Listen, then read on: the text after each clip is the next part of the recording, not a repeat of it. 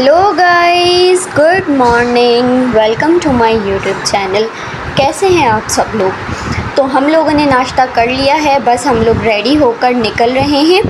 आज मैं आपको रास्ते में एक बात बताऊंगी जो मैंने बस में एक्सपीरियंस की थी। तकरीबन 2 दिन हो गए हैं, लेकिन मैंने आपसे वो अभी तक शेयर नहीं की।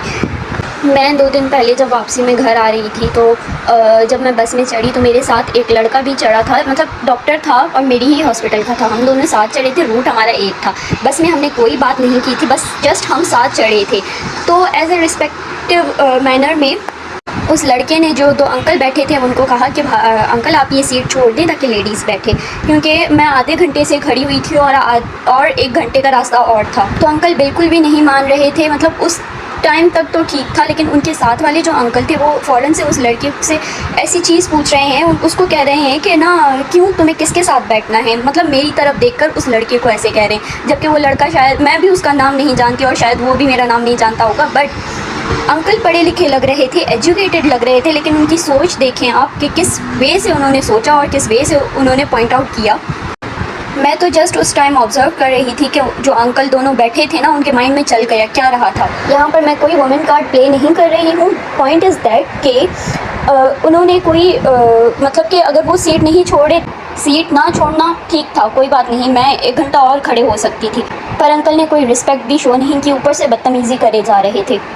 फिर जब पीछे कुछ सीट्स खाली हुई तो उस लड़के ने फिर वो अंकल को बोला कि अंकल आप पीछे चले जाएं, ये सीट छोड़ दें बस लेडीज़ के लिए। लेकिन नहीं, अंकल तो अंकल हैं, उन्होंने नहीं सुना। तो जो बराबर वाले भाई थे, बराबर वाली सीट पर बैठे थे, वो दोनों उठ गए, उन्होंने देन हम लेडीज़ को सीट दी, फिर हम बैठे। तो आज मुझे समझ आ गया कि सिर्फ एजुकेटेड होना इनफ नहीं होता, अपने बिहेवियर में भी पोलाइटनेस होनी चाहिए, थिंकिंग पॉजिटिव होनी चाहिए और अच्छा सोचना चाहिए। अगर मैं अपनी फ़ील्ड का बताऊं तो मोस्टली जो मेजॉरिटी होती है वो बॉयज़ ही होते हैं, तो मुझे उनके साथ काम करना पड़ता है, ऐसे नहीं है। हाँ, जब एक लाइन हमें पता होती है ना कि हमें इस लाइन को क्रॉस नहीं करना है, तो और पॉजिटिव सोचना है तो कुछ गलत नहीं होता है। और वरना हम कैसे आगे बढ़ेंगे? यही सोचते रहेंगे कि इससे बात नहीं करनी, उससे बात नहीं करनी, ये नहीं करना, यहाँ पर लड़के खड़े, तो कुछ नहीं सीख पाएंगे। मैं हॉस्पिटल पहुंच चुकी थी, बाहर आया हुआ था मंकी, तो सब लोग बस पिक्चर्स वगैरह ले रहे थे। हर्निया का केस आया हुआ था, वो हम लोग ओटी में कर रहे थे। उसके बाद आज कुछ इतना ज़्यादा था नहीं, तो हमारा प्लान बन गया कि ना आउटिंग पर जाते हैं। तो हम लोग कुछ स्टूडेंट्स थे, हम लोगों ने डिसाइड किया कि हम लोग कश्मीर अम्यूज़मेंट पार्क जाते हैं। बस हम लोग वहाँ पहुँच गए थे और हमने अंदर से एंट्री टिकट ली। ये है हमारे मजनू जी इन्होंने पूरे टाइम कॉल पर बात की है, पूरे टाइम। तो हम लोग आ चुके हैं अंदर, बस एक दूसरे की मस्ती कर रहे हैं और मौसम बहुत बहुत बहुत ही अच्छा था। बारिश भी हल्की हल्की सी बूंदाबांदी हो रही थी और पता नहीं सॉन्ग्स भी चल रहे थे, तो मज़ा आ रहा था। बहुत ठंडा ठंडा मौसम था।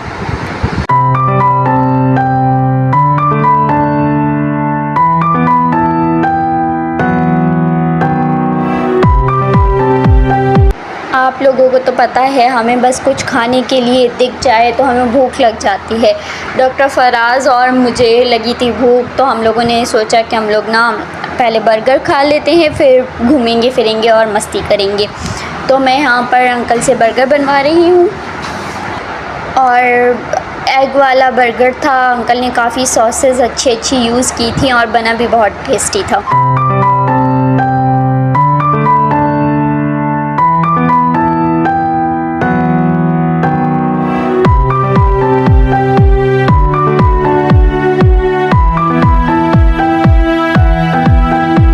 खाने पीने के बाद यहाँ पर हम लोग डिसाइड कर रहे हैं कि अब हम लोग कौन सी राइड में चढ़ें। तो बारिश का मौसम हो रहा था, बस यही सोच रहे थे और मैंने, फ़िज़ा ने और नौरी ने ये इस राइड की टिकट ले ली थी। इस राइड का नाम था डिस्को तगाड़ा, ऐसा कुछ नाम था। तो बस हमने एक ये राइड ली थी। उसके बाद अब हम दोबारा दूसरी राइड के लिए सोच रहे थे। काफ़ी टाइम हमने वेस्ट किया, इधर उधर घूमे और फाइनली इस राइड की टिकट ले ली। मैं बहुत एक्साइटेड थी इस राइड में जाने के लिए, क्योंकि मैंने काफ़ी टाइम से सोच रखा था।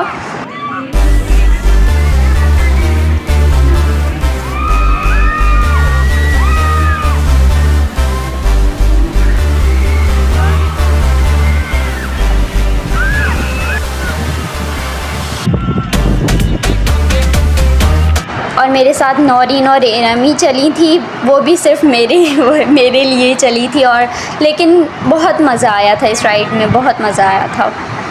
बस फिर मुझे हो रहा था लेट, तो मुझे टाइम पर घर भी पहुंचना था, इसलिए डॉक्टर फराज मुझे छोड़ने गए एग्ज़िट गेट पे।